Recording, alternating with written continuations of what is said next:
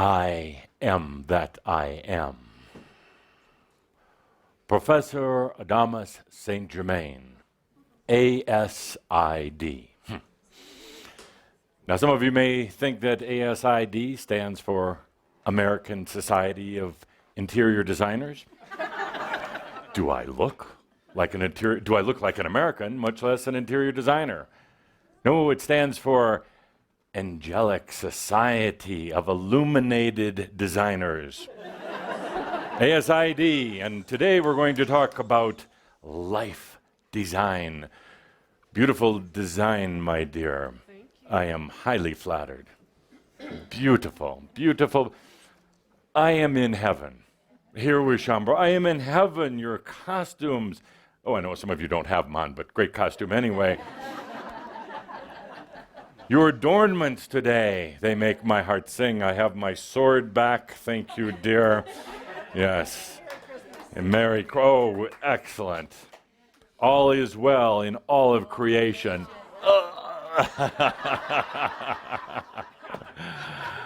So today, yes, ASID, Angelic Society of Illuminated Designers. And you could be also.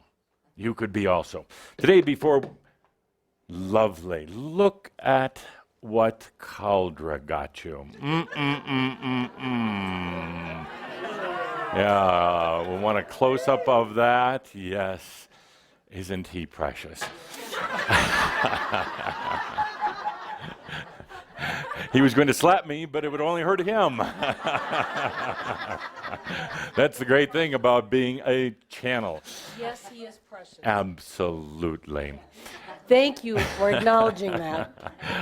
So today, talk about life design, but a couple of quick messages before we do. First of all, I awoke Cauldre at 4 o'clock this morning. Why?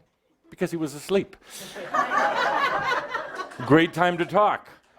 And I said to him, Cauldre, Linda, I said, I want to give Shambra a Christmas present this year. I want to give them something special. And immediately Cauldre said, money? I said, no, not money. I said, what does Shambra want more than anything? He said, money again. I said, no. Said they want answers. I said, so today I will dedicate the second half of our program to questions and answers. Woo! So my dear Linda, would you write this down on the board where people can email to you? Okay. With their questions. We'll take questions from the internet. Over here. There you go. We'll take questions from the internet today. So write them out in English, please. Write them out. Make sure they make sense. Make sure they're less than one page. And make sure it's a question, not a statement. We'll take questions today. Actually, I do love questions and answers, but there's so much to talk about. I have so much to talk about, it's difficult to allocate the time. But today, as a special Christmas bonus for all your hard work, you get my abuse. Secondly, today, I've not done this before, but Could we announce that Oh, address, yes, please. Okay, so the address is speak.angels@gmail.com. And anybody can send a question in. Anybody, and my Any computer is question you want. live and anticipating. Ready to go. Yes, it is. So would you repeat that once again? Speak, SPEAK, angels, ANGELS, @gmail.com. And we can get a nice camera shot of that. I love being producer here. Sorry, Gene. So, number 2, we've not done this in the past, but I'm going to dedicate... Lovely. Oh, no. It tipped over on the Sedona Journal. Oh, no. Well, that's too... I noticed there's a lot of prominent channelers on here. Let's see, Cauldre. Where's your picture? There's Lee Carroll, Steve Rother, Pepper Lewis, but Cauldre, Your picture is not on there. Oh. I wonder why not. I don't see Oh. any articles Bad boy Chandler. from you in Huh? here.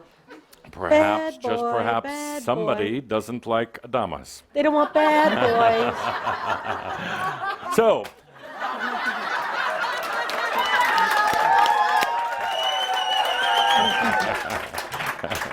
let's put that under the Christmas tree. And it was a total accident knocking over this swill. Speaking of swill today, let's break open some wine. It's Christmas. It's the holidays. And why not? So, please, to the staff, the good wine, not the cheap stuff for the dance later. The good wine, and you won't know it later anyway. The good stuff in the back there. I believe there's some bottles back there. Oh, let me oblige you. And I have to say, not good stuff. It is. And by the way, bring up You more mean- than one. This is not a Jewish You wedding mean that here. case thing? Well, Well, are we about but I mean, look what happened to Jesus. He went to the wedding. They just had one little bowl, and they ran out quickly. He had to take water and do a little transformation. We are Shambro. We have plenty of wine for today. Yes, so break it out. The glasses, the wine. And sorry, it's not French wine, but it will do. I know what I'll do. I'll wave my hand over it and pretend that it's French wine. We'll just pretend. So, Shambro, while the wine is coming out, being prepared, yay, Staff is looking to accommodate you. off my stage. Next, I have not done this before, but I'd like to take this opportunity in this special shout about being life designers, being illuminated designers. That's what you're doing. Your whole life is a design. It's a beautiful design. I would like to dedicate this shout, its energies, its hopes, its potentials, to somebody with the initials LH in the South. You know exactly who I'm talking about. Exactly who I'm talking about. Because LH, you are going through so much of what everybody else is experiencing, but you're going to an extreme. You're doing it big. And remember, when it is the darkest, drink wine. I remember also that, as so many of you already know, in this clearing process, in letting go, thank you, my dear, my dear. And a real gentleman doesn't place his sweaty lips all over your hands, it just comes close. So, cheers. So, and I'll wait for you to get yours. We'll have the first real Shambra cheer at a shout as soon as you get yours. Is this okay? Sure. Sure. And this whole clearing out process, you have to understand that you get into this human condition, by design, of course, but then you forget that you designed it. You get into this human condition, there comes a point, as hard as it is, it's time to do some releasing, what you might call clearing. It's letting go of the identity, and it seems like death. It seems like the darkest of the dark. It's actually not. That is an illusion. It is the greatest blessing and gift you can give yourself, to release yourself from the stuck energies of an identity that served you up to now. But there's something far grander, created by you, the designer. You, the designer of your life. It's interesting because you're life designers, and you do it in a very interesting way. You segment yourself. You take this essence of you, and then you slice off parts and pieces, or you release, you let go of parts and pieces. A part of you is here in the human experience. It is grand. If you forget about things like death, or things about forgetting why you're here, if you could eliminate those, you could really dance to this life experience. But you placed, as a designer, you placed these things there, this thing called death, this thing called illness, poverty or lack in there. as part of this whole life design. Now you're pissed at yourself about it, but it's been embedded there after many, many, many lifetimes and experiences. So you're in that process of releasing, or maybe it's not really releasing. Maybe it's actually accepting. Isn't it the same? Isn't the total acceptance a release of what you thought the design should look like, of what the life that that design kind of took on its own, and now you're bringing that design back. You've been brilliant in putting this veil together that keeps you from absolutely remembering, but the veil is an illusion. It's thin, thin, thin. As Andro will say, it's a half a breath away. But are you willing to take that half a breath? Are you willing to really be so bold and courageous? Because everything will change when you do. The humans have sewn into the fabric of their creation this thing about resisting change. This thing is saying, I just want to do human a little better, but are you really willing to change? It gets down to, as we talked about in Frankfurt, in Dreamwalker Life, it gets down to everything, relationships, jobs, sense of your identity, not self-worth, but identity. Even your health, everything. Are you really willing to go beyond that identity? The identity will not go out of existence. It will just take on a different reality anchor in your life, in your design. We're going to talk about reality anchors today. So your life design has been brilliant in so many different ways. You like to think that you have this thing called a soul. And even we're going to go beyond that in this next year, beyond the soul. Absolutely, because it was one of the steps or stepping stones. But what you have that maybe you've been calling your soul is your wisdom. Your wisdom. Your wisdom is right here. Right here. It's right here and even. Are those genuine Egyptian souls? What are those things? Colorado Egyptian. So, where was I, David? I get so confused. Oh yeah. So you create this. You created even this thing called a soul. It's part of the life design to segment it. It's really just your wisdom. Your wisdom. Wisdom is the result of the distillation of your experiences, squeezing out the best of the best, not focusing on the drama and trauma and the negative of your experiences, but like taking an orange and squeezing the juice out of it, squeezing the wisdom, and that's what a soul is. And it never really was up there. Stop that. It never really. Oh, there's somebody up there. Come out. Oh. So there never really was a soul. There never really was. There's never this grand golden angel. We've used those terms because it's part of the evolution, part of the spiral. But now we even go beyond that into your wisdom, your true wisdom, the distillation of your experiences. I love the word distill. To refine, to bring down to the essence, to have the alchemy of consciousness. It's interesting that in our Kihak project right now, thank you, in our Kihak project, we're working with distillation, and I'm actually getting more resistance than what I thought. Kihakers were supposed to be journaling. Half of them weren't. Said they were, but they weren't. The other half would write pages and pages and pages and become preoccupied, obsessed, and almost addicted to their journaling. Writing from the mind, writing about every little detail that nobody ever cares about, even their soul, their wisdom. Kind of going on in a mental burst with all these words. Thank you.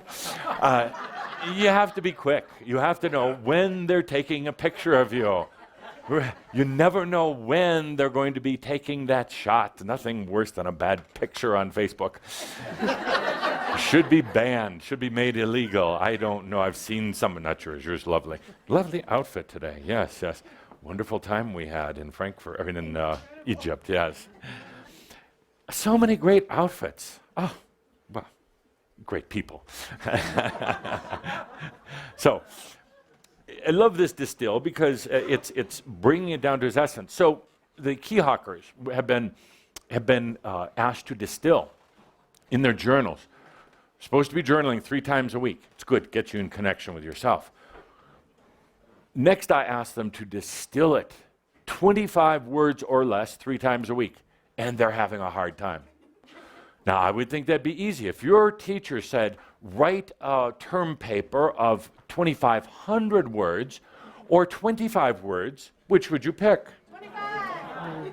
Most would think, but yet they're having a hard time writing about themselves in a distilled process. But I'm asking them to do that. Sorry, key hawkers. I'm asking them to do it. Where are we on the wine?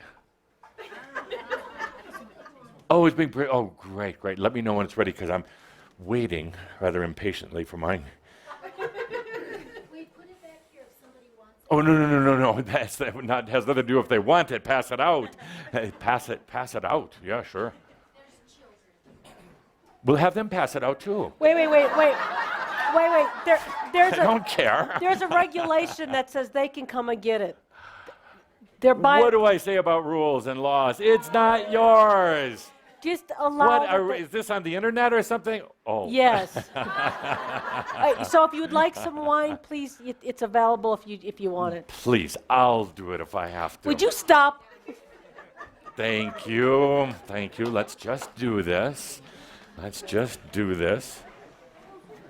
Thank you. You bet. All these rules, all these laws, all these, oh my gosh. We're going to talk about today, life designing. Sorry, they're not going to get drunk, they'll just get a little giddy. It'll make my channel, my answers much better. Much better. We'll be dancing in the aisles. So, distilling. Distilling is taking, without words, please. How much talking is necessary to drink wine? We had a wonderful example on the boat on the Nile one night. Remember, we're sitting outdoors and beautiful surrounding. The sun was setting, the boat floating gently down the Nile. I stood up for my presentation, as I do, and looked out at the audience, 108 Shambra from all around the world. But something was wrong. Something was dreadfully wrong. There was no aisle down the middle. How am I supposed to walk around if there's no aisle down the middle? The chairs were all bunched together. Now, not blaming anyone for that rudeness. I said, Shambra, let's try something here. Let's do something. Get out of the mind. Take a deep breath. Breathe deeply. We are going to do something without talking, with not a single word, and we're going to do it in less than 1 minute. Now, you have to understand we're on a boat. Outdoors, there wasn't much room at either side. But I said, we're going to create an aisle this wide down the middle. Do it. Without a single word, in far less than 1 minute, an aisle appeared. And it was absolutely straight, other than one chair at the front. It was absolutely straight. That was an example that those who were on the trip hopefully will never forget. It was done smoothly and easily. No blah blah, no talking, no discussion, no brain. It happened like magic. The aisle suddenly appeared. An example of what it's like when you get out of your mind. Take a deep breath, you imagine it, and therefore it is done. So now that the wine is getting distributed, a glass for Linda, please. Of course. Absolutely. We can't have any before. Oh, she'll take the red. No, they already figured out.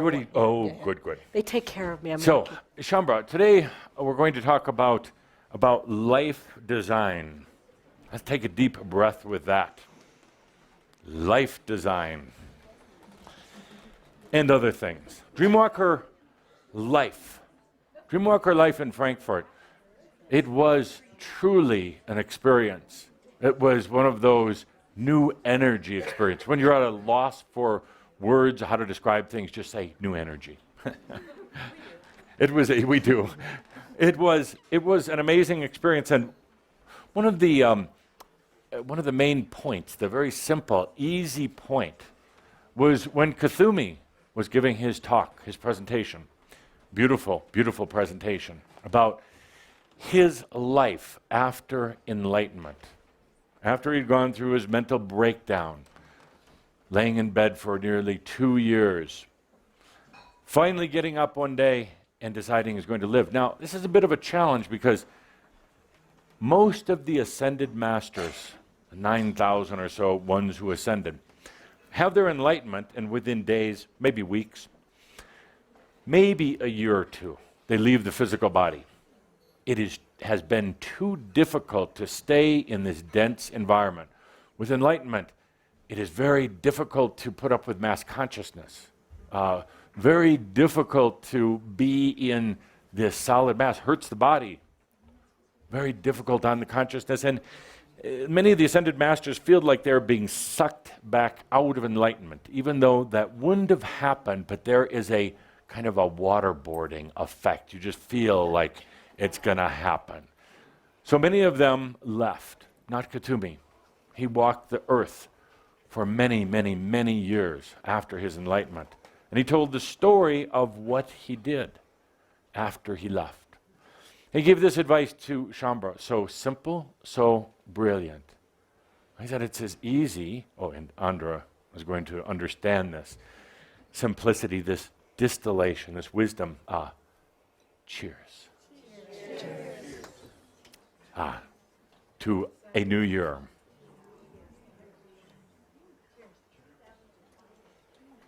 (2012). Oh boy.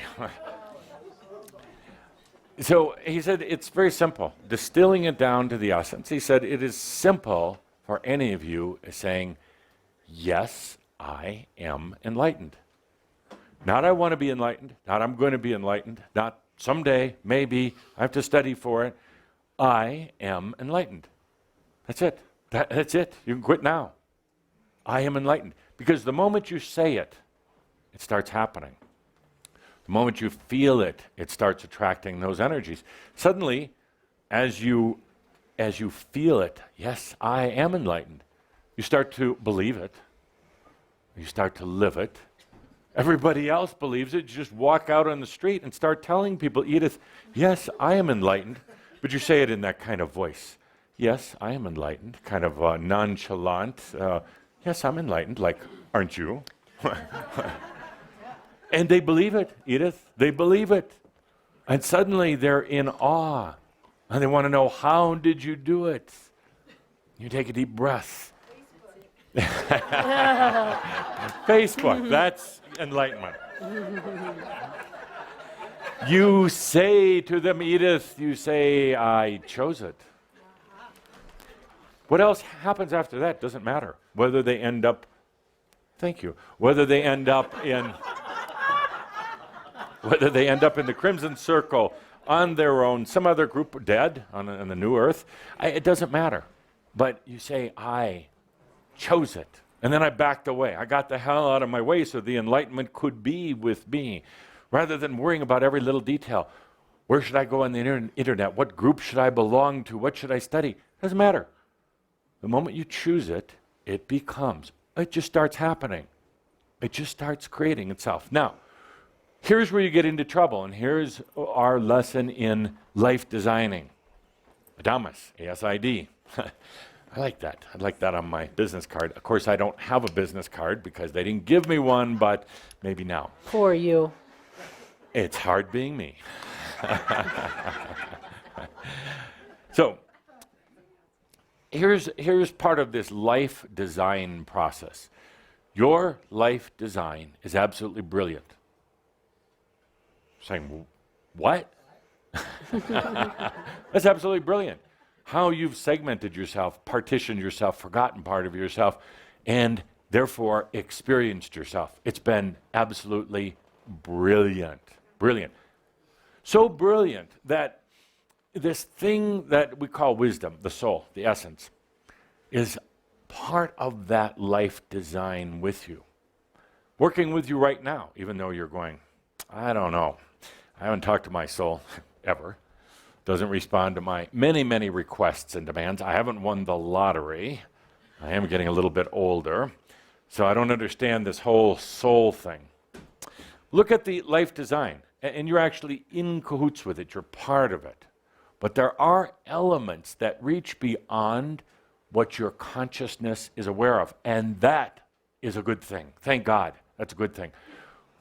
If it was the human self, the limited awareness, human self, running everything, right now, you would be a 7-year-old with a lot of toys and the fastest bike in the neighborhood. You would have stopped right there. That would have been it. Because your human self controlling everything and said, that's it for a 7-year-old. Toys, Xbox, or whatever you call these things. No rules from the parents. Free run of the house. Parents actually serving you, waiting on you hand and foot, which is the way it is these days. Anyway, a fast bike better than anybody else's. Remember that when you were about that age? That was it. That was the pinnacle. That was it. You didn't contemplate spiritual qualities. You didn't look at things like your life experience. You were very much in the moment, but very much in limited awareness. The good news is you have had this life design plan going on with your wisdom. And your wisdom said, no, you're not going to have the fastest bike because it's not part of this beautiful plan. The life design that you are part of, you're not a puppet to it at all. You're a part of it. You're an active part. But that life design plan said, we're going to keep going. We're going to get into 3rd grade and 4th grade and graduate, go to college. We're going to do all these things. Why? Part of the experience. Part of the grand experience of life. Part of sensuality. Also, part of life, an important part of life. Because this life, as Tobias said, is like no other. This life is not just an extension of your past lives, not just another progression of your past lives. It is not. I said in Frankfurt, and some actually took offense to it. I said, your past lives are not you. They're not. They're not at all. Get over it. None of them are important. Half of them are fabricated. Half of them are machio crap. They really are. The other half, you just relate to the archetypical energies of Yeshua or Moses or Cleopatra or Mary Magdalene or whatever. They're real, but they're not real. In other words, they're an active part of this whole experience that you're having. But there's this thing that the human, the limited human does, says, I was Mary Magdalene, to try to give yourself some worth, I guess. Well, yes, you were part of Mary Magdalene, a little part, along with a lot of others, but you weren't Mary Magdalene. You're not Mary Magdalene. You're not your past lives. They're the cousins of your soul. They're your brothers or sisters or cousins, but they're not you. And the sooner you can let that go, the sooner you're going to free yourself, unburden yourself, get over their crap. Some of them are still out there, these past lives, traumatized, active, looking for a new residence, looking for a new house. They're still, they haven't freed themselves, and the soul, in its brilliance, is allowing them to do that. You say, well, that's really dumb of the soul. Why doesn't the soul call them back, make them come back? Well, you can't. A creator cannot force his or her creations to come back. You can only invite them back. So there's a lot of these past life aspects out there. Trauma, terrorized, walking the earth in kind of a night walk type of thing. But they're not you. That's the amazing thing. They are not you. They're another expression of your soul. So they're related. But take, for example, do you feel that you're just an extension of your cousins? No, you're totally different. You're unique. You're you. Up until this lifetime, there was a definite link between lifetimes. There was a type of progression. But then, in the brilliance of the life plan, the life design of the soul, it says, I'm going to create an expression of myself that's different. That's not just another lifetime. Why? Why? Well, because it got tired of doing the other lives and just realized it needed something to set itself free. The soul, you realize that you are the standard for all those other past lives, for all the other humans, for yourself. You're the point of integration of yourself. You're the point of enlightenment for yourself, not those other lifetimes. Even if you were Buddha, not that lifetime, this lifetime right here. You are the point of integration. You are, as Tobias said years ago, the designated ascendee of yourself, of your soul. And in order to do so, your soul comes in here to join you. Your wisdom arrives. Your wisdom arrives. That's all it is. It's not this great, big, fluffy angel being. Sorry, Bonnie. It is your wisdom comes in from the other realms. And it's not even the other realms. It's just an imaginary block, but absorbs in to your body of consciousness. It arrives, and in doing so, something interesting happens. You become the standard for these other past lives of that soul. You become the example. You, by example, help set them free. Not that you're going to go around with a knife cutting their chains or their ropes that bind them, but your example will release those ropes. You release, you could say, some energy of your soul, your wisdom. You release yourself of that burden thinking you were your past lives. And in doing so, you integrate all of that energy, all of the consciousness. It is squished and distilled into wisdom, which arrives. Wisdom arrives for you. You are life designers, brilliant life designers. Brilliant in how you put this together.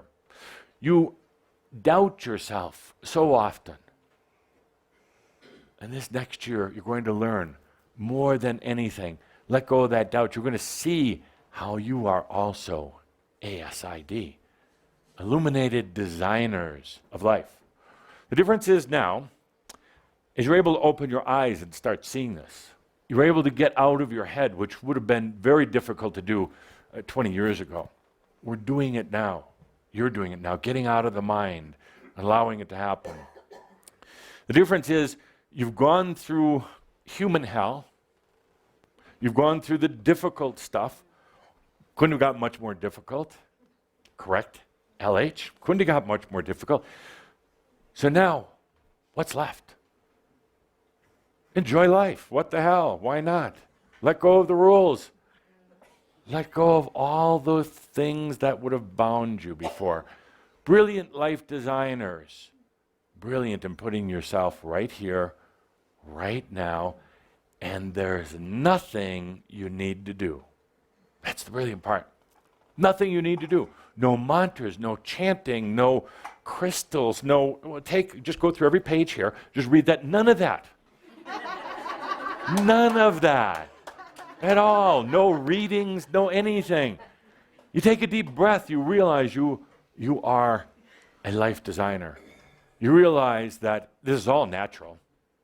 All natural. We've talked about it many times. You're walking backwards through time to experience how you got enlightenment. And now you just take a deep breath and say, yes, I am enlightened. Yeah, you have to say it with a bit of an attitude, some acting. Yes, I am enlightened. Yeah. Yes, I'm enlightened. I'm enlightened. Yo. Yes, I'm enlightened. And suddenly, you say it with a smile and a laugh, suddenly it changes everything. The energy, the amount of wisdom that comes in, the reunion or the reconnection between the human self and the wisdom. And it comes in and says, wow, glad to hear you finally admit you're enlightened. You're no longer on the path. You're no longer striving for enlightenment. You no longer care. It's just, yeah, I'm enlightened. Why not? Let's enjoy life. Oh, I thought you were trying to fondle me. So Shambhara, a deep breath with that. And speaking of that, next lifetime. So we're talking about life designing here. Next lifetime, what's it going to be? Oh, I can feel you say, what do you mean next lifetime? This is it? Hey, no more next lifetime. I thought that's what the Crimson Circle was about. It was the exit door. Adios and farewell. Nice being here. Glad to be gone. Gaia, have fun down there with all the rest of them. I'm out of here. Really? Really? You could make that choice. But I don't think this is what your wisdom is thinking. Well, your wisdom is not thinking, but feeling. I don't think it's what you're going to feel next year. Why? Because you're going to start to realize next lifetime. When I say that, you go into, oh my God, being born again. What am I going to look like? How smart am I going to be? How much money am I going to have in my pocket? Am I going to have those same goddamn parents I've had for the last 5 lifetimes? Not them again. And the brothers and sisters, why do I keep coming back? Maybe they're coming back to you. Next lifetime. What if it's totally different? Until you are one that enjoys every day. And here's a hint. The Ascended Masters are coming back now. And they're coming back in physical body, but they're coming back different.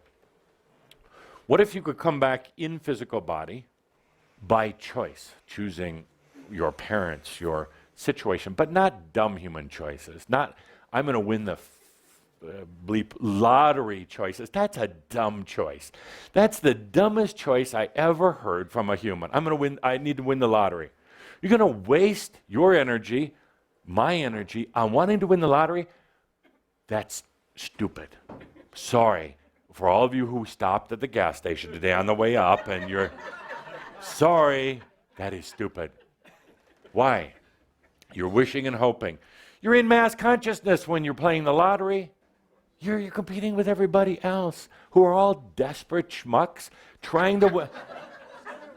It's true. I'm sorry. They get so not all of you. 2 of you got offended when I said that.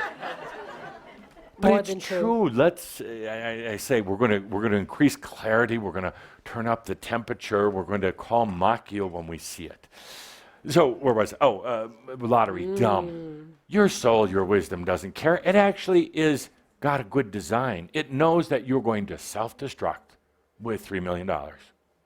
You are. You're going to self-destruct. You're just going to intensify any feeding that people are doing on you right now. You think they're feeding now? You haven't seen these octopuses put their arms around you until you've got $3 million. Then you're going to wonder if you know what to do with it. You're going to make the worst investments in the world. But fun for about a year. Just a couple more. Then you're going to make the worst investments because you're going to put your money in some scheme, now thinking that you're amazingly brilliant. I mean, you should be putting your investment where? In yourself, thank you. And that's the last place you put it. And then you're going to go buy some ridiculous things, but that's good, actually. Sports cars, a few other things like that. But because you really don't love yourself, then you're going to crash the sports car, and your house will burn down, and all this other stuff. And you're not going to have $3 million. You're going to be in debt, filing for bankruptcy, and you're going to be mad at who? Me. Absolutely. Me. And you're going to say, we go through this every night in your dreams. Every night we go through these arguments, let me call them discussions. You're going to be mad at me. You're going to say, why didn't you tell me? You're supposed to be a prophet. Do I look like a prophet?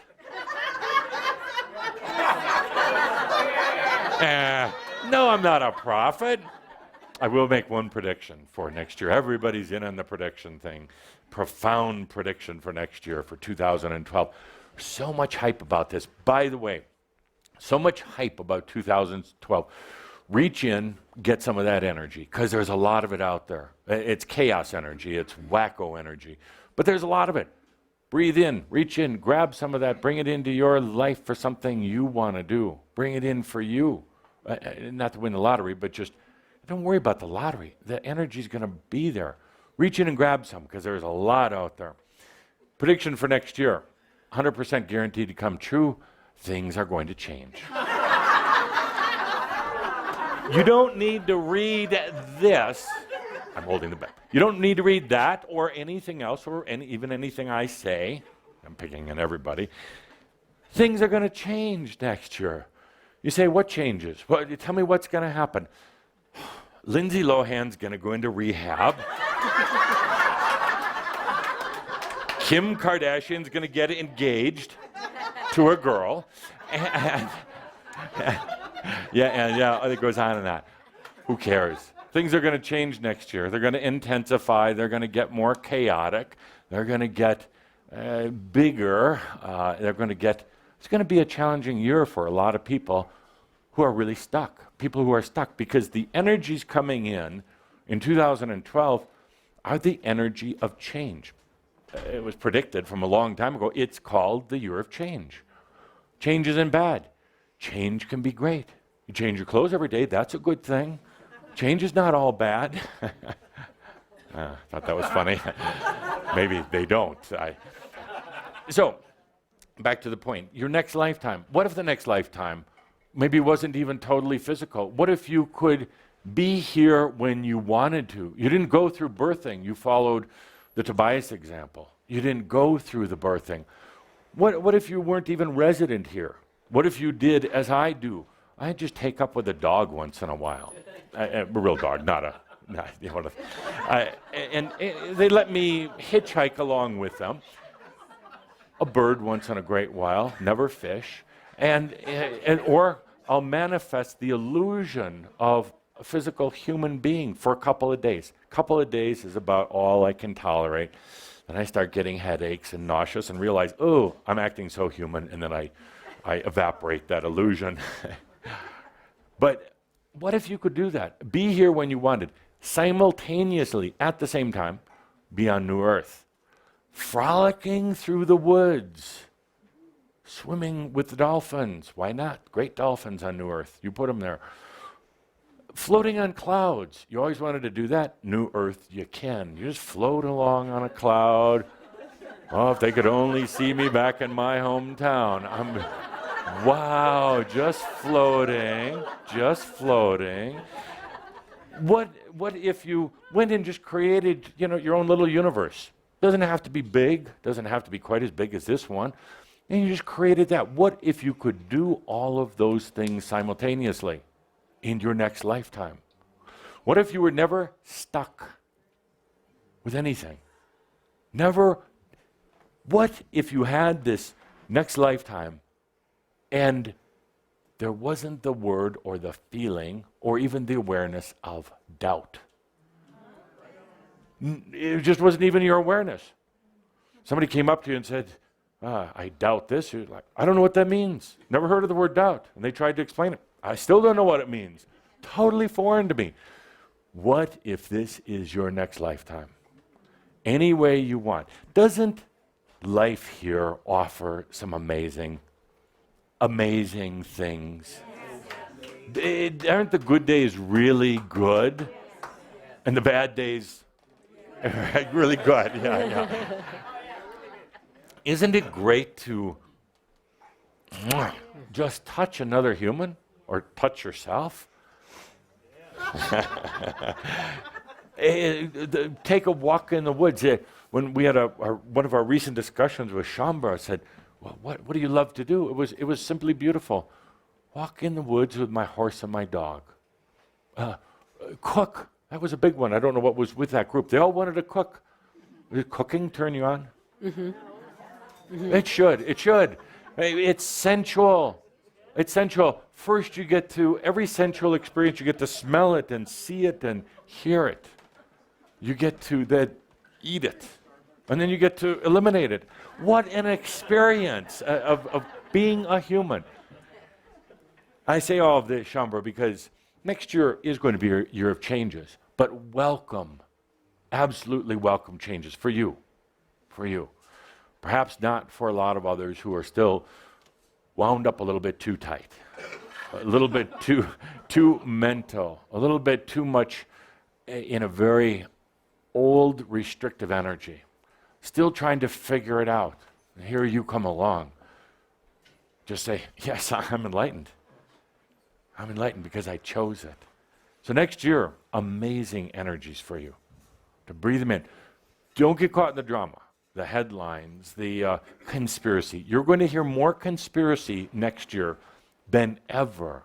Everything's going to be a conspiracy. It all kind of is, but it's a dumb conspiracy. And I said before, the people at the head of governments, I'm sorry, but they're not bright enough to really carry out a good conspiracy to take over the world. First of all, why would you want to? Why would you want to? What do you get when you take over the world? It's bankrupt. There's a lot of disease. There's a lot of wars. And starving people, dumb people. There's a lot of that out there. So you're going to hear a lot of conspiracies. Oh, you're going to hear them about me? I love them. I love them. That's just energy. You're going to hear them about Shambra. Shambra, don't you know somebody right now, I know you're there, is watching in, taking notes about this group and what they do. When they extract little pieces of what's said here, publish it on the internet, talk about all the secret things going on here. Hello, how secret can it be? Camera pans over there. When we're on the internet, when we're broadcasting, you don't even have to have a big secret code to get in. We're here. So put down your pen. This isn't anything, back panning over the audience, anything but a group of very loving, very spiritual, and absolutely enlightened humans. Call that a conspiracy. I call it the grandest thing on earth. So, yes. Whew. I have 5 minutes for my next topic before we talk about, or before we take questions. Are we getting any questions? Oh, yeah. Are you getting any comments? No, just lots of questions. You just have to help me know, do you want real personal ones or do you want broader perspective ones? Because there's a lot to choose from. I like the personal ones. Those are good. It doesn't matter. Is there any email from joe@conspiracy.com? F you, Adamas. F you.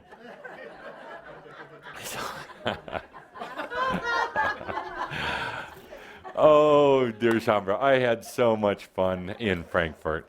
You were all there, one way or the other. We celebrated life in a way that only you can do. I mean that seriously. This other group that wanted me, only you can do. Because you're not looking for a guru. You're not looking for all sorts of structures. You're anti-structure, which is good. We can really move. Next year, it's going to be soaring. You are going to take yourself to a new level next year. So next point, very important. Would you mind writing, or are you busy there? No, I just was perusing. Next point, very important for next year. Okay, this year was the year of reordering. We started out early in the year with our message, our discussion about reordering. Sir, could we say one more time that if you want to send in a question, you can send it to speak, S-P-E-A-K angels, A-N-G-E-L-S @gmail.com. Got it. Good. Now, we talked this year about reordering. Reordering means that you are changing the way you are focused or centered into external things around you. Gravity, polarity, duality, electromagnetics, regular magnetics, light and energy being the primary ones. You are connected into all of these things.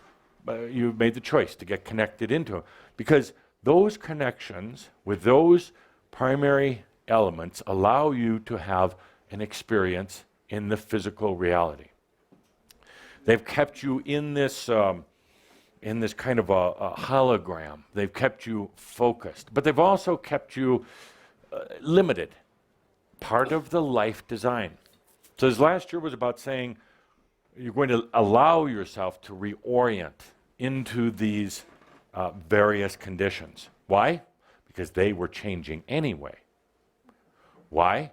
Because your consciousness is changing. So it was basically you allowing yourself to readjust into magnetics, gravity, energy, light, earth, air, water, all these things. Ultimately, it had an effect on your DNA. DNA is not what it was a year ago.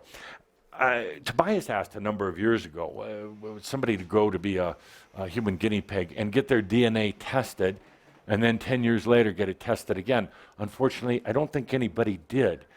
But if you had, even if you had a year ago had your DNA analyzed, had it reanalyzed, it would be markedly different. Be different than what it is right now. It's happening, not to many humans, but it's happening because you're allowing it to. Now, in the reordering process, you change the way you're focused into or adjusted on things. It's like taking a beam of light and changing the focus, the intensity, the amount of energy needed to drive that light, where the light hits, how big the light hits. So you've changed your focus or your orientation. You did it with actually a minimal amount of what you would call side effect.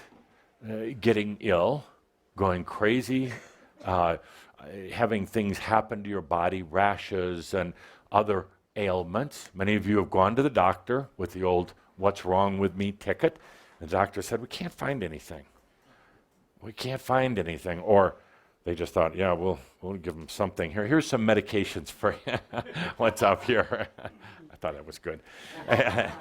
There's nothing wrong with you physically. So you've gone through a lot of changes, gotten through it pretty gracefully. Now we go to the next level this next year. You have what are called reality anchors. Boom. Reality anchors. These are coming from the inside, not the outside. Last year was the outside, but these are your reality anchors. You have tens, thousands, who knows, millions of reality anchors. Your five senses are a big part of the reality anchor. You have a certain way of looking at things, hearing things, smelling things, touching, tasting things. These are all anchors that put you, I'm going to draw a picture now, thank you. These are all, thank you. So, these are all ways for you to anchor your reality, yourself. It keeps you in what you would call a focus. It keeps you in a dimension. It allows you to stay kind of in here with only slight shifting back and forth. And I'm done, dear Linda. These reality anchors are the way your furniture is arranged in your room. It's not feng shui, it's a reality anchor. You know you put it there, or it was put there for you. Whether you think about it every day, there's a certain pattern or organization to all these things. As you're going through building the new place, you're saying, well, let's put the chair here and the bookcase here. These become reality anchors. And while they seem insignificant, actually they're not at all. Because if somebody walks in and moves that chair about 1 inch, you may not notice it right away with your eyes or in your mind, but there's going to be an uneasy sense in that room. What's wrong with this room? I need to sage, or I need to call in a feng shui expert. No, It was your anchor got shifted off a little bit. You anchor with things like your vehicle, your car. Sometimes sad to give up a old car, get a new one. It was an anchor. Now, you quickly adapt that new anchor into your life. Your emotions are a huge reality anchor. Your emotions, your anger, your happiness, your laughter, your imbalances. Your imbalances, believe it or not, even though they sound imbalanced, are very balanced. They're anchored exactly where you put them. The imbalanced emotions aren't wobbling and wavering and all what you would call imbalance. They're very stuck. They're pillars that you call imbalance, but they're there. They're anchors. Your earlier life experience are anchors. Your schools that you went to, the teachers, all of these are ways of perceiving reality. All of these are ways are staying in that perception of reality. Humans don't like to move those anchors. But dear Shambra, what do pirates think about anchors on their boats? Arg! Anchors are for sissies, a good pirate would say. Anchors are for those who don't want to go anywhere, a good pirate would say. So this next year is going to be about releasing the reality anchor. Instead of replacing it with, thank you, instead of replacing it with another anchor, something that's going to keep you held down, it's going to be replaced with a sensor. Think in terms of digital computers or whatever, a sensing mechanism, you could say almost like a sensing arm, that goes out. But always shifting. An anchor grabs on to the earth and holds on for dear life, while everything tries to shift it, the waters, the wind, everything else. These sensors, the reality sensors, actually are going to be probes for you. They're going to sense the environment, your situation, your reality. They're going to provide you with feedback, but not up through here. It's going to be in here, feeling feedback, sensory feedback about different potentials. Your reality sensors are going to replace the eyes in many ways. They're going to replace the eyes and some of your other physical senses, or let's say be in addition to.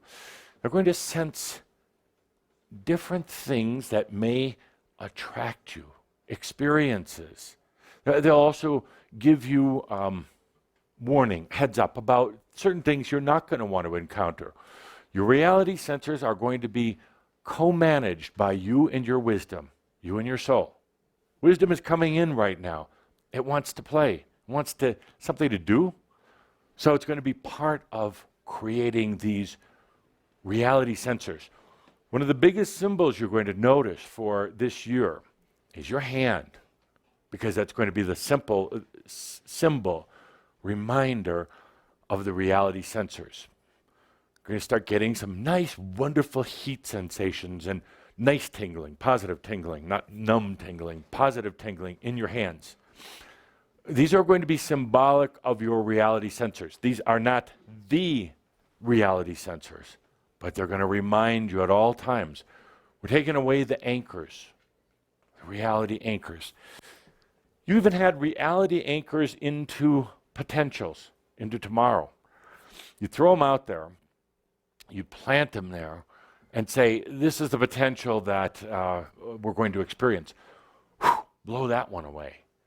Next year, and from henceforth, is going to be different, because you were choosing potentials based on the past, based on what's come up until now. Limiting yourself, thinking, when I say, for instance, what's your next lifetime going to be like? And you go, oh, not again. Well, hold it. Take that reality anchor away. That anchor was physical body, limitations, crap from other people. So you eliminate that and you put out your reality sensor instead. Sensing, what could life be? without anchoring into things like science or math or anything else. In other words, imagining. What could life be? Could you be on New Earth, frolicking on a cloud? Could you be here on Earth, full-time, part-time, anytime? It can be anything. So these sensors go out. But these need to start coming away. Time to pull them up. Time to set sail into the changes that are coming around next year. We're going to talk more about reality anchors throughout the year. I'm going to remind you when you've got them planted. I'm going to remind you that even when you tell me that they're gone, I can still see when you're hiding them in the back room, in the closet. Why? Because they're comfortable. Because they're familiar. Because you know when a storm comes up, that you know you can find a safe harbor. You can set that anchor down. But, dear Shambra, what do they tell you when a hurricane's coming up and you got a boat at the dock? What do they tell you? To throw a few more anchors out? No, to head into the storm. And that's where we're going to go next year, heading into the storm. Why not? Why not? So with that, let's take questions and answers. Now, we'll play a little game with this. Linda's going to read the question, and we're all going to feel into the answer. Of course, I will do the answering, but we're all going to feel into it because you already know the answer. The person who sent the email is already going to know the answer. And by the way, yes, we'll take a few from this group as well. But we want to acknowledge all the wonderful beings who are listening in online.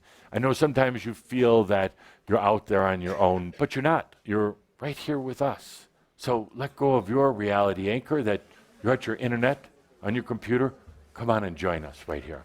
Okay, most of these are very personal questions. What Doesn't matter. Doesn't Just matter? At Okay. random doesn't matter. Okay. Doesn't matter. Okay, random. Yes. Question, what else do I need to do to finally heal and release the psoriasis I'm experiencing on my hands? I've eliminated many foods, which has helped, but never healed 100%. Why can't I release or get past this experience when I choose to? Sure. Good question, because you all have some psoriasis or something in your life, some little condition. Please talk to it. Talk to it. What is this condition trying to tell you? It will answer it. It will answer you. Generally, it's one of a number of things. It's a method for releasing some very toxic energy that's been built up in your body. And far better to have a little psoriasis in the hands rather than to have some very deadly terminal disease. True? True. So part of it is a way of releasing. Now, at a certain point, you do have to say, what is still releasing and why is this taking a long time? Why am I continuing to keep that slow process? Why not just release it all? Why not just say, yes, I'm enlightened? Psoriasis can't hang around too long with enlightenment. There's no place for it. The other thing is I just mentioned hands. So part of it also, for all of you, your hands are going to intensify. You're going to notice even changes in your fingernails, changes in whether they're warm. A lot of you have cold hands. Not you, sir. Warm hands. Warm hands. I just wanted to shake your hand. A lot of you have cold hands. They're going to warm up, and then you're going to be wondering why they're so warm. Is there something wrong with you? Do you need to go to a doctor? No. It's your reality sensor, the reminder of it at work, out there. So, but more than anything, when you have a rash, or a lot of you still have stomach issues, because just to keep it simple, a lot of you are still holding on to some SES issues in your life. In other words, you're letting people feed from you, and you're still playing the victim. Your stomach is telling you, the stomach is where this SES is, stomach is telling you, love yourself, love yourself. You cannot battle the SES virus, but you can love yourself. And the stomach problems go away.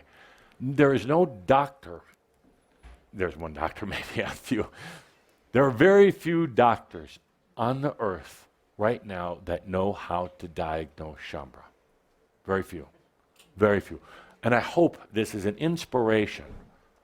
Nay, it will be an inspiration for your show with Dr. Doug. Let's get down to, let's go past the medical. Let's talk about what's really going on.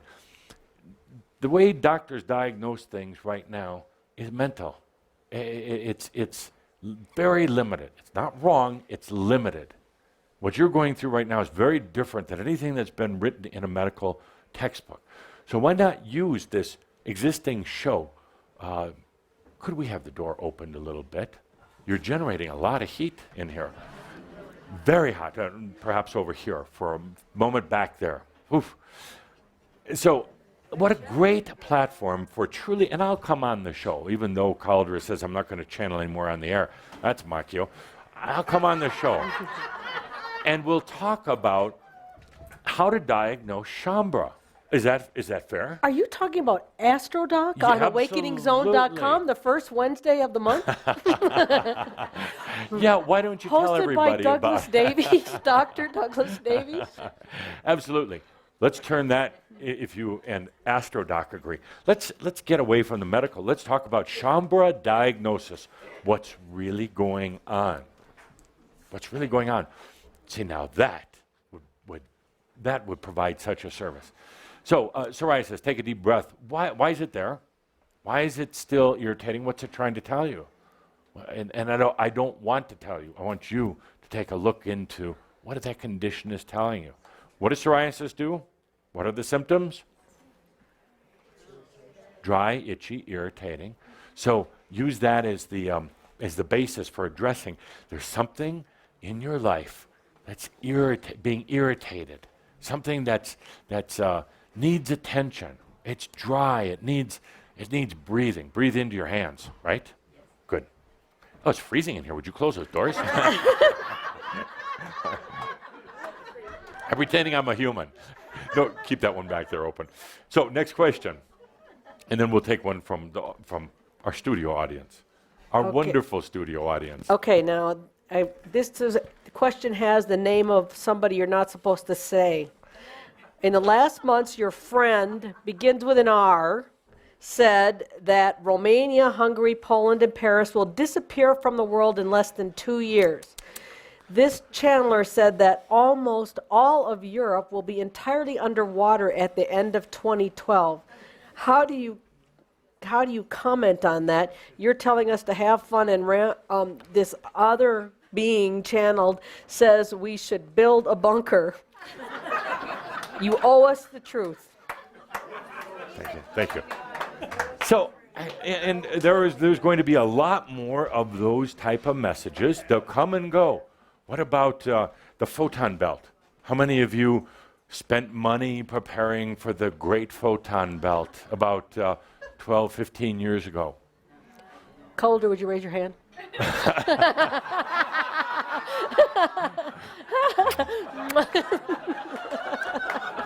Why is that crap out there? Because people like to read it.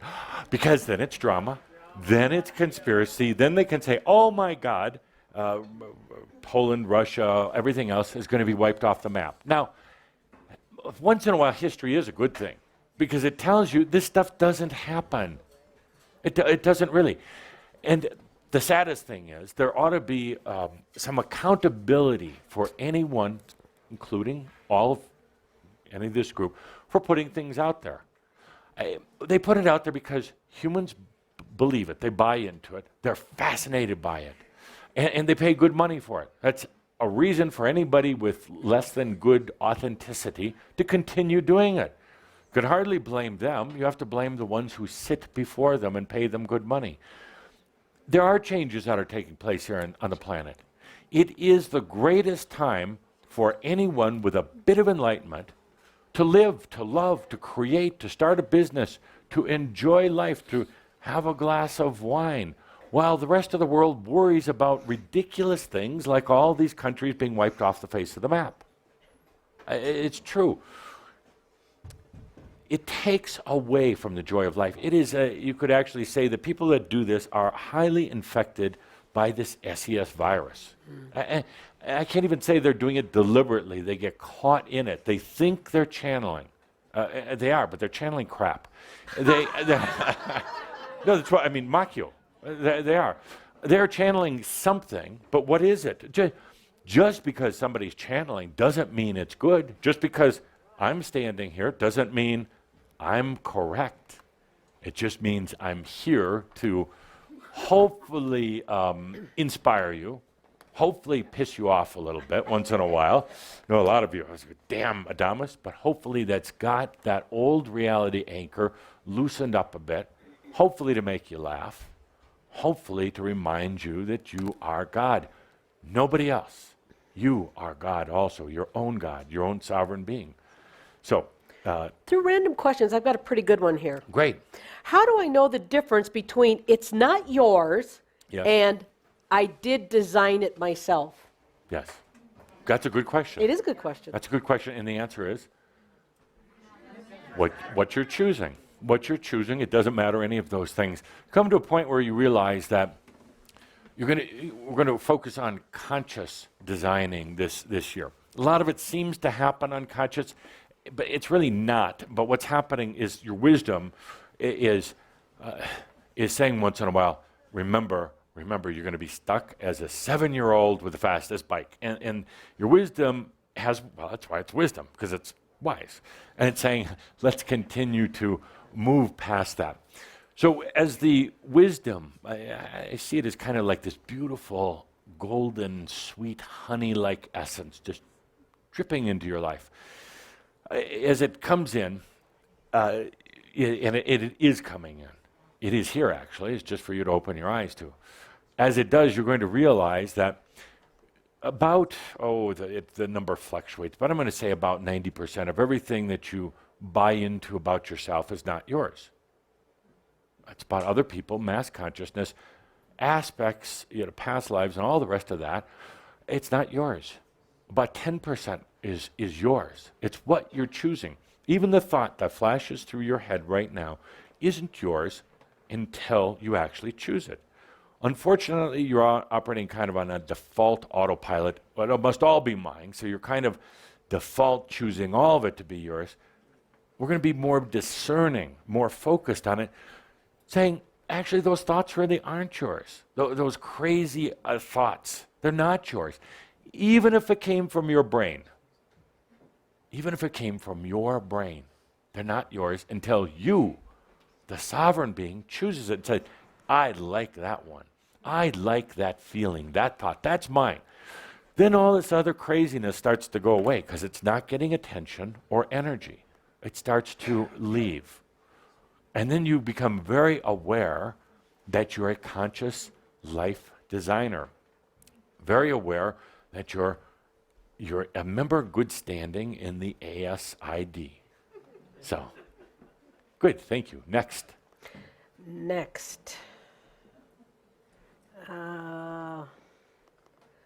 Why Like the if I hell have won't that. I let myself find a man I can love and who will love me? Love and much appreciation for what you do. I love you.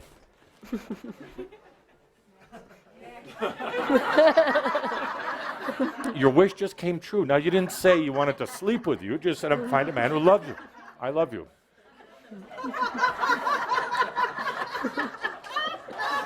Easy. And stop sending in questions like that, Linda. What would you be willing? No, stop that. Oh, that was ugly. There's broccoli. It wasn't ugly. That would be Coldra's worst nightmare if we got a shot of that. He's away somewhere. Oh, good. I think he's in Australia. How did he get there? Quickly, time is running out. Would you be willing to speak a bit about all the human protesting and uprising around the world currently? It feels to me like more and more humans are beginning to wake up to a lot of the large-scale energy feeding and imbalance that's been going on for a lifetime. Why do you ask me a question and then give me the answer? I don't understand. That was one of these things on New Earth that needs to be discussed. Why do humans ask a question? What's the first part? I already went on to the next question. No, okay. The first part was, would you be willing to talk about the uprisings? I was going to say yes. You want me to do it now or later?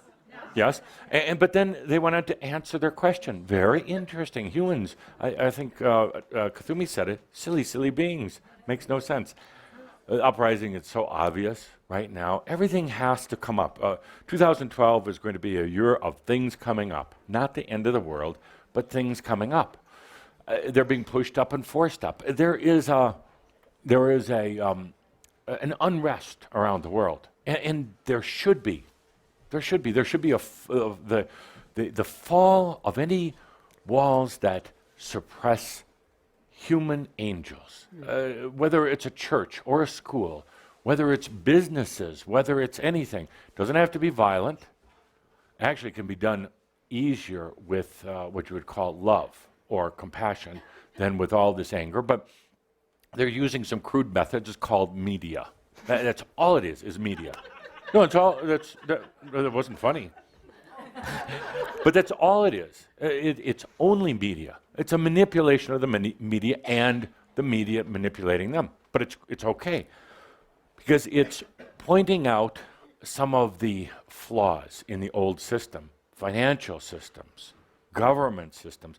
It's interesting. You're going to read more and more of this kind of drama stuff in the papers of let's just say maybe a prominent sports coach that suddenly, with a great history, suddenly busted.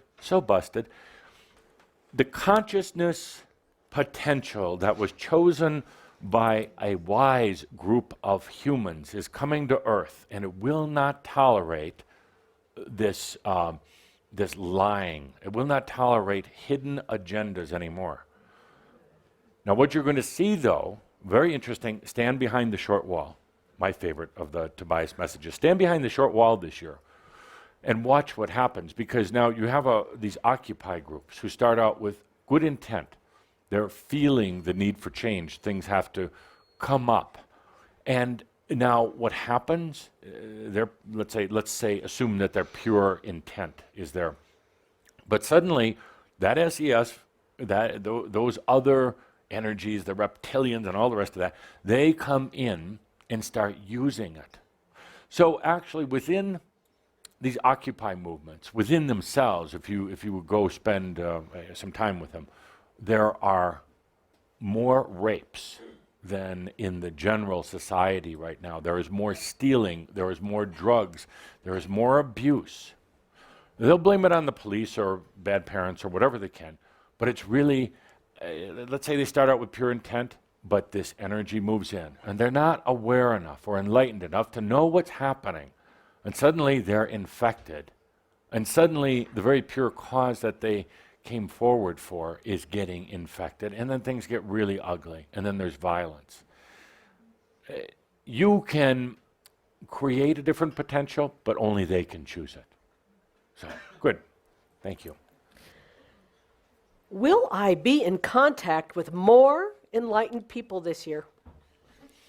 We're not making any more enlightened people this year. Sorry. That's our quota. That's our ratio for the year. So take what you can get. Do you want to be in contact with more enlightened people? Then choose it, and then it will happen. Then it will happen. Yes. Microphone, please.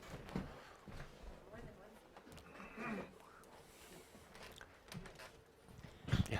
So you were talking about next lifetime, Yes. playing on New Earth clouds, which sounds like fun. Yes. And then being able to do all these things. Right. What I wonder is, can we do that in this lifetime? Because I want to do that totally now. blew my closing statement. And a half hour too early. Now, how do you think that makes me feel? I was royalty. I'm ascended. I'm kind of like well known around the angelic circles. And you take my punchline? I'm enlightened. You're enlightened. Thank you. Thank you. Absolutely. We'll just walk back through time. We'll pretend it's 3 minutes to 5, and we'll just walk back, and I'll give my closing statement right now. So, how to throw a guy off. So, yeah, absolutely. Why wait?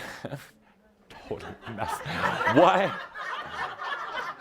Why wait for your next lifetime? Or better answer, why don't you start your next lifetime right now? Right now. Why not? Don't give me all the scientific reasons why you can't. You can. Get rid of the old anchor points, dear pirates. Get rid of those and start it right now. Absolutely. Now, that being said, allow. Because a lot of things have to start shaping and shifting. And I'm not saying limit, but be a little patient, because you still have a physical system that was designed a long time ago. There's still a lot of mass consciousness around. It takes a while, but actually, it's already working. Right now, simultaneously, you are also on a new Earth. You're having about 16 dreams right now as you're sitting here smiling at me, knowing what you did to me. And you're kind of searching into potentials. A lot of things are happening. The question is right now, is the shift in awareness, or the opening in awareness to where you know these things are happening, how long is that going to take? The equation, and I'll write it out for next month if Linda reminds me, is something to the effect of it's a doubt to expansion ratio formula, kind of like Einstein's formula, which I really helped him with. But but it's similar to that. We'll have a doubt to reality formula that we talk about. So with that, that's the end of our talk. Feliz Navidad. I'll see you next month. No, we'll walk backwards through time. Okay, so now we're not at the end. We're somewhere in the middle. But I released my anchors. I don't have to have a closing statement. Okay. Another question? Kieran, then back to Edith. Okay. Why, Adamus, don't you talk about UFOs? You said that you would talk about them in the past. Because I don't like them. Because it makes me nauseous, and then it's Cauldra that vomits, not me. Because Tobias talked about them, and he said that, I'll write it out, he said that aliens are a lie. Alien. Yeah, you weren't listening back then. They're a lie. They're a part of the great big humans are putzes theory. By believing that there's these grand intelligent beings, which there aren't, in other cosmos, you get to deny yourself here. You get to think that somebody's going to come along and save you, or do anal probes, one of the two, or do an anal probe and then save you. It's a form of denial. And it doesn't make a difference anyway. They're insignificant. They're here, the beings from other dimensions, generally not even physical in nature. Just get over that one. Aliens aren't physical. They're kind of, they have a different type of essence, but they don't take on physical body. The ones that stray here by accident really hate it here. They hate it. And the stories get out to the rest of the universe, the rest of creation, about how awful Earth is, because it's dense. And they're not used to dense bodies, because it has an energetic gravity, not just physical Earth gravity, but a consciousness gravity that sucks people or beings, aliens, in, sucks them in. They get sucked in here, then they forget that they're aliens. And they start thinking that they're humans. And then they get born after the parents, do the thing, and they get into a physical body, and now they're in the same boat that you're in, but they're in the back of the boat. They have to spend a lot of lifetimes, and then one day they have a car accident, they get knocked unconscious, and they wake up and go, I'm not supposed to be here. I'm an alien. I'm from someplace else. What the hell am I doing here? And then they start going to readers, and they start going to psychics and everything else, and the psychics now get caught in their whole drama and the alien races. Oh, by the way, does that sound like your story? It is. You're the aliens. You're the UFOs. You don't belong here. You got stuck. I'm having too much fun with you today. Calder's asking me to, what is he saying, temper down a little. But why? Why? Next No, question. No, no. No, I am not done with aliens. So there are some life forces that are very, very interested in Earth. They watch you from a distance. They're not stupid. They watch from a distance. They send probes in. They send probes in. So that's true. South Park was right. Yeah, that's a different type of probe. They do send energy, you could call them beams in, waves in. And sometimes you'll perceive these as little metal ships with lights that spin around. Most of the time they're not physical, but that's your anchor. You have to make it physical to try to understand it. So your eyes see it as this metal ship floating around. They got over metal ships a long time ago because it was a waste of good metal sending it here. So now they use these kind of light probes. They're not more advanced. You could say technically, yeah, they have a few things that you don't have, but they're not more advanced. Actually, there is no place more advanced than Earth. If they were so advanced, they would have already come down and told you that you are God also. Now get over everything else. That's what they would have said. They said, what are you searching for? Start living it. They are interested in something you have that they don't. They're fascinated by it. They are intrigued by it. They want to manufacture it, package it, sell it to other planets maybe. And it's called love. Love. Love. Love was invented here, created here, and experienced here, right here on Earth. Love wasn't from another planet. Love wasn't even from God. God knew nothing about love until it occurred to you. Nothing. How could Spirit have known that? Spirit knew a connection with you. Spirit didn't know what love was, and now does because of you, because of what you've experienced. And when you experienced it, you felt that surge within you, and you expanded yourself momentarily to be the other dimensions and back home, and you said, I love you, dear God. Kind of like saying to yourself, I love me. God felt that, having never felt love before, never knowing what love was, being overwhelmed and saying, I love you also. Thank you for showing me what love is. These other life forces, these what you call highly advanced, intelligent life forces, do not know what love is. They want it. They're trying to analyze it. That's the sneaky thing about this love that you created. It's not in your blood. They analyze blood sometimes. It's not there. It's not in your brain, thank God. This love is not there. The love is not trapped in this organ called the heart or in your skin. You can't trap it or contain it, even by writing it in a song or in a book. Love is one of the only substances in all of creation that is undetectable. You can't analyze it, you can't measure it, you can't detect it. You can only experience it. So, aliens, UFOs, yeah, good. Now you know my feelings. It's the humans that count. And people get so distracted by these, whether it's because it's a savior or something to aspire to. It's not. It's right here. It's right here. It's sitting in these chairs. It's listening on the internet. This is where it's at. This is why I'm here and you're here. This is why we're talking about life, living, absolutely living life. So, thank you. Edith has the mic. Absolutely.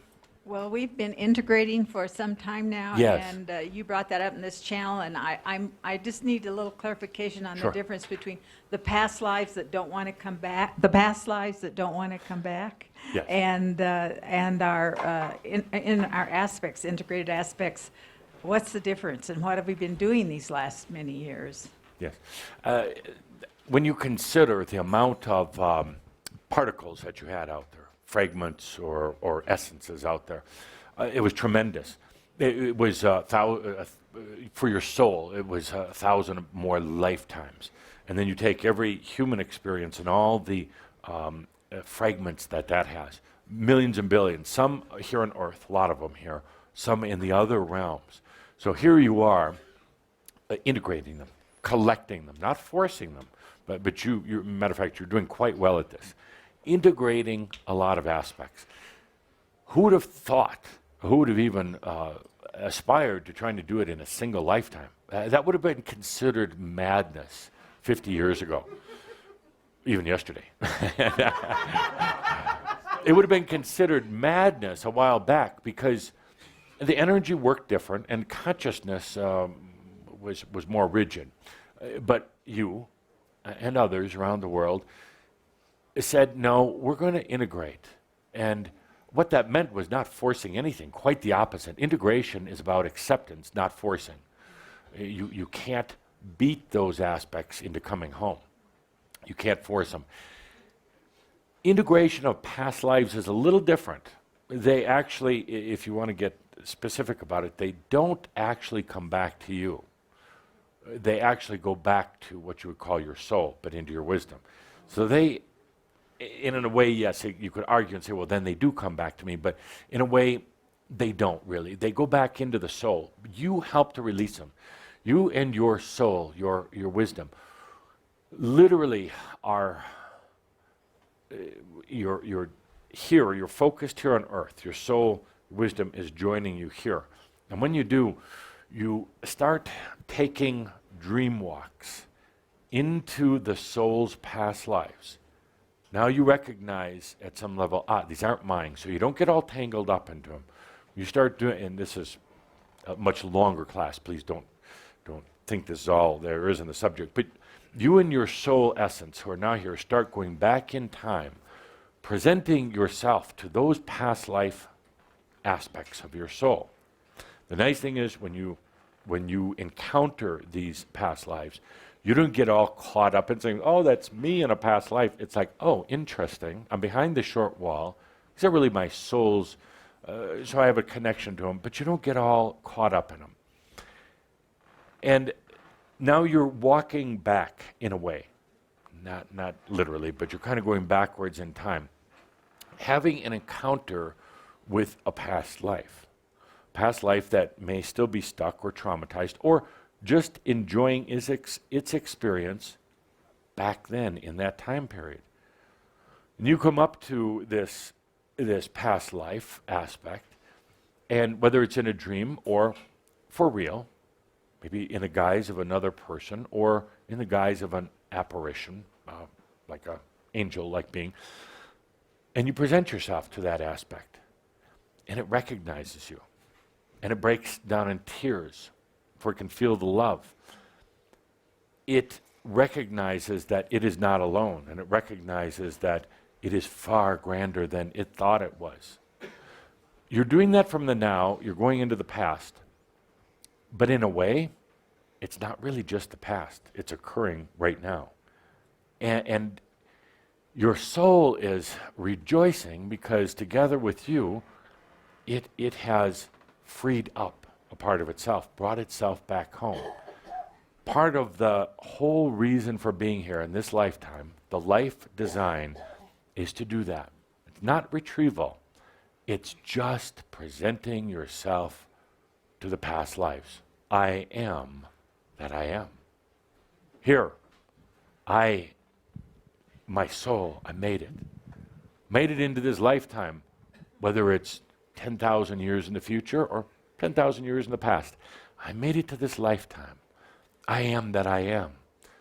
I said, yes, I am enlightened, and therefore I became, and now I come back to greet you. I'm a time traveler, oh beyond in love. Boom, that past life is suddenly freed. Suddenly its perception of its journey, the very linear mental nature of its journey, absolutely transforms. So the question is, did that past life actually occur as the aspect thought it did? Yes and no. It occurred, but also many other iterations. A grander story, a multi-dimensional story occurred. So that linear little human back in that past life, that story is still real, but it's not the only story. When that past life is able to then say, what are my other stories?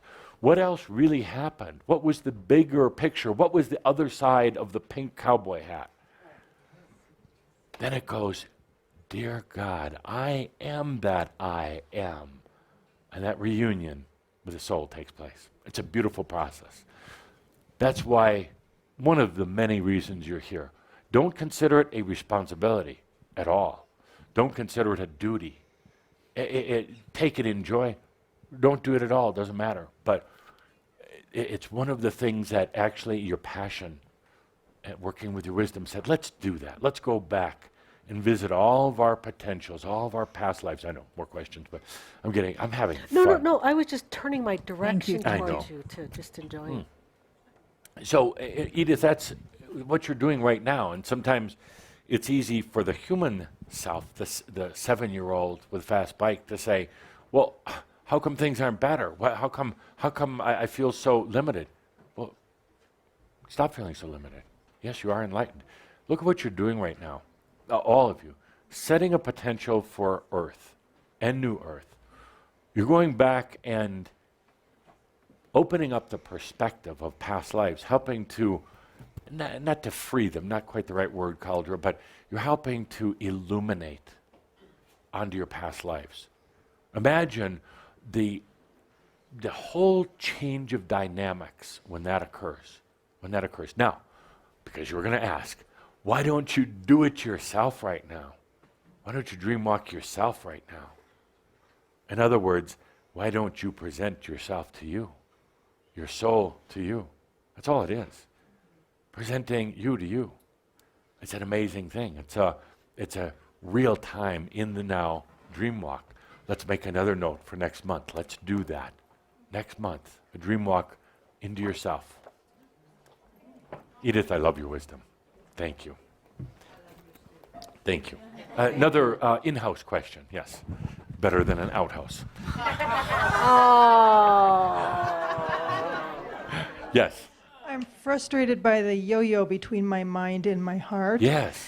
And I get so much in my mind and I choose to go to my heart. Yes. And it's like instantly my mind yanks me back out, whether it's mass consciousness or what it is. How Yes. can I stay more in my heart? Because I feel like my mind is really limiting me. Where do you prefer to be? In my heart. In your heart. Why is your mind then playing this game? Loaded questions, don't Yeah. you love it? Yeah. Don't you love it? Why is your mind playing the game?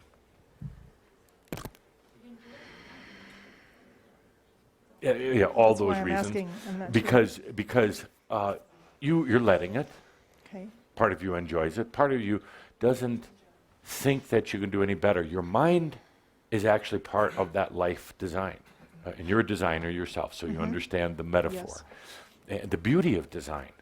Even what one would perceive as faulty design isn't at all. It's just a great experience. So you've basically given permission to your mind, and that's why exactly what it's doing.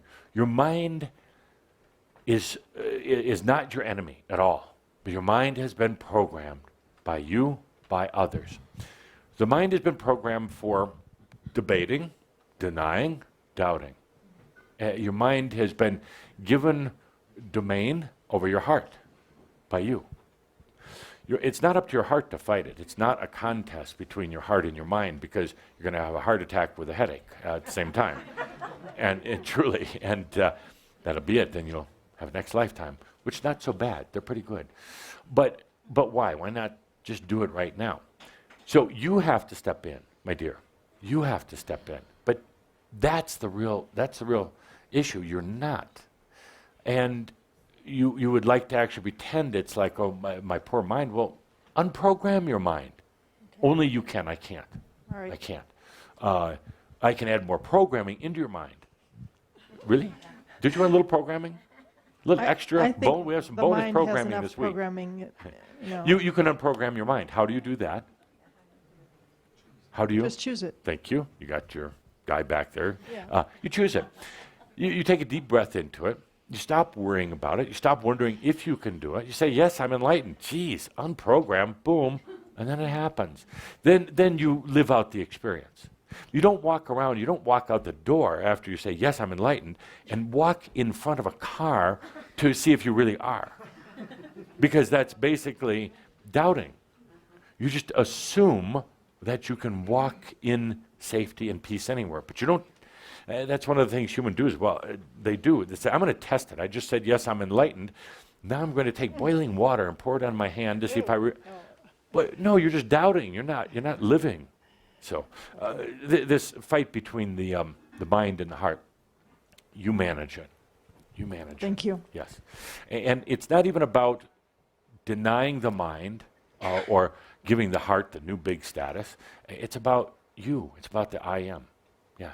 It's just some breathing and my, you like to doubt I feel like sometimes. it's about accepting myself. Yeah, loving yourself. Yes. Yes. Do you take long walks? Not too much. Never. Well, Yeah, long walks, please. Yeah, okay. Long walks. You've got one of the most beautiful areas in the world to do it, but long walks get you out of your head. Or actually, I'll rephrase that. It expands the mind. And then the mind and the heart start dancing together. then and- is the foot that hurts just an excuse not to walk? Oh, yeah, absolutely. You don't have time, your knee hurts, whatever. No, long walks are great. What did Steve Jobs, our guest last week, what did he do? Long walks all the time. He didn't He's sit in a... He's enlightened. He didn't sit in boardrooms unless he had to.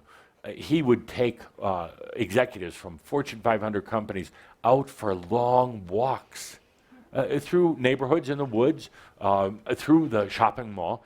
That was his way, walking. It does wonders, particularly in nature. 2 more questions. Okay, I'm going to summarize because I've been scanning the questions. yes. And there are an incredible number of questions related to cancer. Right. And one in particular is, I'll read this one. We've made virtually no improvements in cancer survivability since Nixon declared war on it in '71. In some cases, we've actually gone the other way. Would you say that this is one of the ways that we've chosen to provide ourselves with opportunities for ascension and enlightenment? Or without Duh. Without directly endeavoring to cure those with cancer, how can Shaumbra increase the odds for those with cancer to awaken according to their schedule for doing so? And there are as many questions here about Yes. cancer for Shaumbra as there are for non-Shaumbra. Oh, good. So, Ann, would you mind answering? You're obviously experienced with it, and you have actually better insight than even I do. Cancer, why is it here? What purpose is it serving, and how should you deal with it?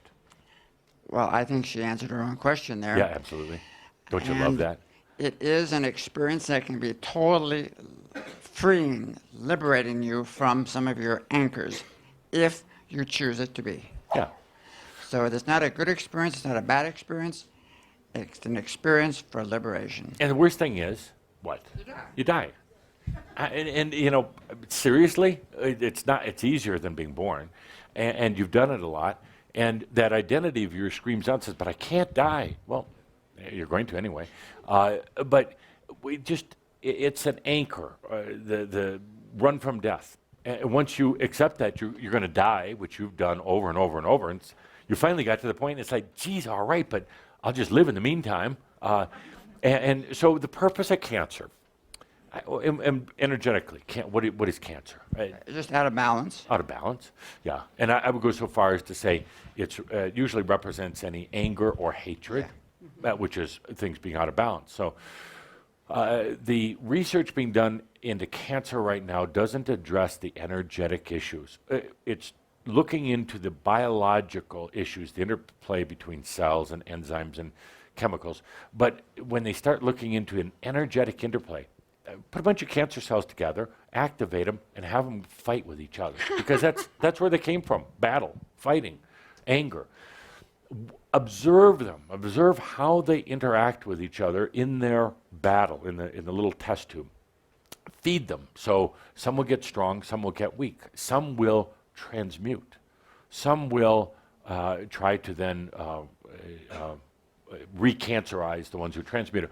Watch the dynamics through a microscope, energetically, not biologically.